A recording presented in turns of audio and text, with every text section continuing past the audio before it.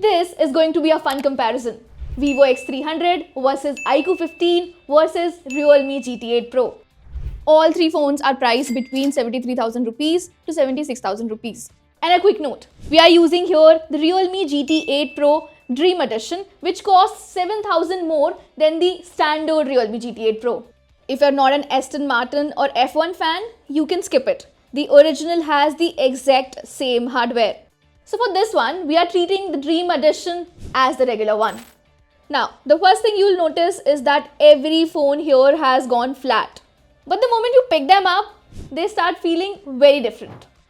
The Vivo X300 is the compact one, but super premium nonetheless. Aluminium frame, 3D curved glass back, and that coral velvet on the rear is super soft to the touch. The camera ring is big and round, but doesn't stick out much. And because the phone is just under 8 mm and only 190 grams, it basically disappears in a pocket. Plus, it has razor thin bezels, measuring only 1.05 mm. The iQOO 15 is a whole different vibe, and it also happens to be the biggest phone in this lineup. The Legend White version feels way more premium than expected. Glass back, metallic frame, 220 grams but only 8.17 mm thick, which is 7000 mAh battery, so the weight makes sense.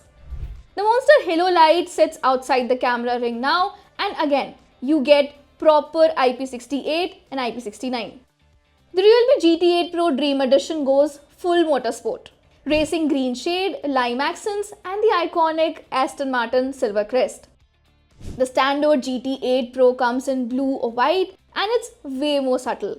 Realme also gives you interchangeable camera plates, one square and one round. You try it once, smile, and never touch it again. Beyond this gimmick, it's solid. Metal frame, 214 gram, fiber reinforced back that looks high-end, and the same IP68 and IP69 protection. Now, all three phones have flagship screens and stereo speakers, but they're not trying to impress you in the same way. Vivo X300 is the premium compact, bright, sharp, smooth, but you feel that smaller 6.3 inch size when you binge or game. It's a fantastic everyday display, but not a marathon one. And that's fine because you don't buy a compact phone to watch a lot of movies or videos or grind matches. You basically buy it for the form factor. That said, I would like to have seen a 2K display at this price point. Instead, you get 1.5K.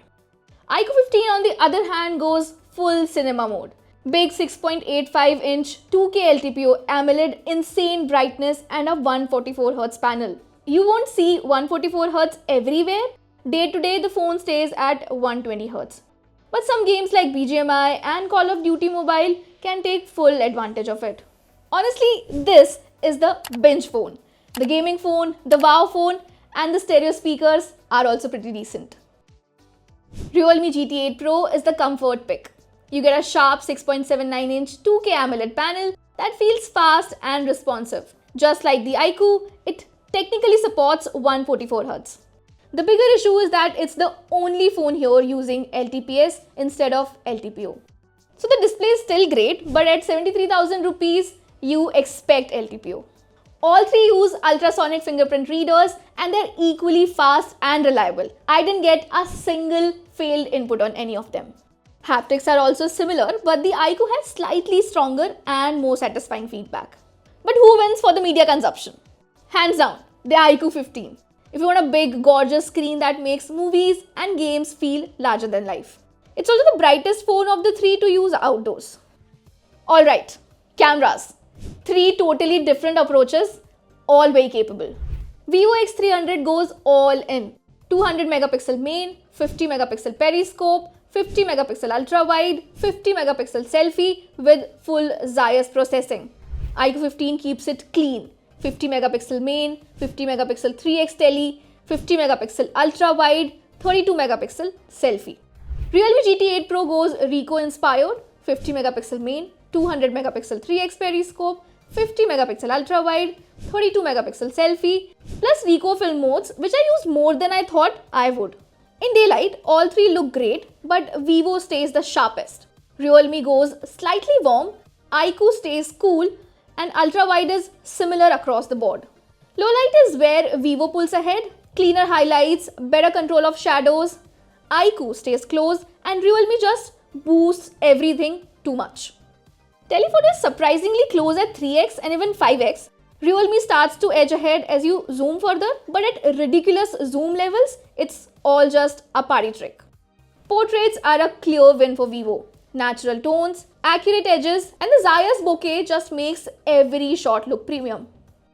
Same story when it comes to selfies. Vivo is the winner here too. For video, Realme and iQOO go up to 8K. Vivo caps at 4K 120fps, but stabilization is best on the Vivo. If I had to pick one camera to carry every day, it's Vivo. It's the most consistent and the color science just hits better. Now, let's get into performance because all three phones are running top tier silicon. The Vivo X300 uses MediaTek's Dimensity 9500, while the iQOO 15 and Realme GT 8 Pro run Snapdragon 8 Elite Gen 5. They all go up to 16GB of RAM and 512GB of UFS 4.1 storage. iQOO and Vivo get the newer LPDDR5X Ultra RAM. Realme sticks to standard LPDDR5X. Geekbench tells the story pretty clearly. The iQOO 15 is on top at 3672 single core and 10548 multi-core. On Enter2, the gap widens. The iQOO hits 3.89 million, Realme follows at 3.76 million, and the Vivo sits at 3.33 million. It scores lower, but it also ran the coolest during the test. In day-to-day use, you really can't tell them apart. They are all fast, responsive, and smooth. As for gaming, the iQOO can go to 144 frames per second in titles like Call of Duty Mobile, thanks to frames interpolation. Realme also goes up to 144 FPS with GT mode enabled, while Vivo stays stable at 120 FPS. So the performance is close across the board. But when you push them, the iQOO 15 clearly has more headroom, Realme stays close, and Vivo prioritizes stability over raw numbers. Alright, let's talk about software because that's where all three phones feel same but different. Vivo and iQOO both run Origin OS 6 based on Android 16, while the GT 8 Pro is on Realme UI 7, also Android 16. And because this is the Dream Edition, you get that Aston Martin F1 theme on top. So every unlock feels like the car is about to launch off the home screen, which is kind of cool. Realme also gives you more freedom with customization. You can reshape icons, change folder styles, while Origin OS is more controlled. You can resize folders and tweak colors, but icons stay standard. In terms of software implementation, all three phones lean very Apple. Liquid glass transparency, smooth animations, and even their own dynamic island versions. Live alerts on Realme and Origin Island on Vivo. Both can stack multiple alerts, but Vivo goes further. You can drag text or images into Origin Island and directly share or save them. Sounds gimmicky, but it actually works. All the AI tools are here: erasers, writers, transcription, circle to search, Gemini, so you're covered no matter which one you pick. Vivo and iQOO promise 5 OS updates and 7 years of security, while Realme gives 4 and 5. So Vivo and iQOO clearly offer better longevity, but if I had to pick my favorite, I would go with Realme UI 7 because the animations feel a bit smoother. Finally, battery. Both the iQOO and the Realme pack a massive 7000 mAh cells, while the Vivo X300 has a smaller 6040 mAh purely because of its compact size. In the PC Mark battery test, the iQOO 15 goes the distance at 21 hours and 42 minutes. The Realme GT 8 Pro follows at 20 hours and 20 minutes.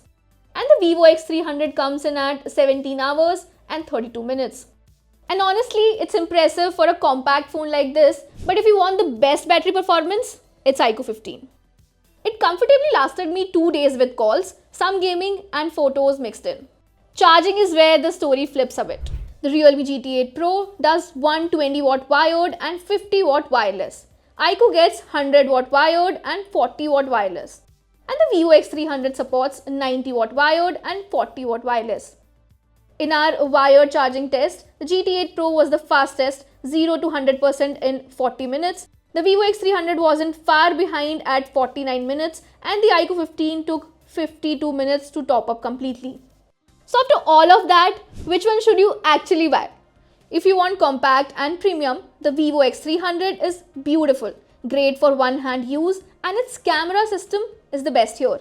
If you want style and specs, the Realme GT8 Pro is flashy and powerful, but not the most balanced. The phone that nails the overall experience is the iQOO 15.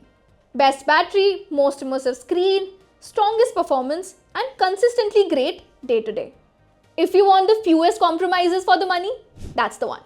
Thanks for watching. I will see you guys in the next one.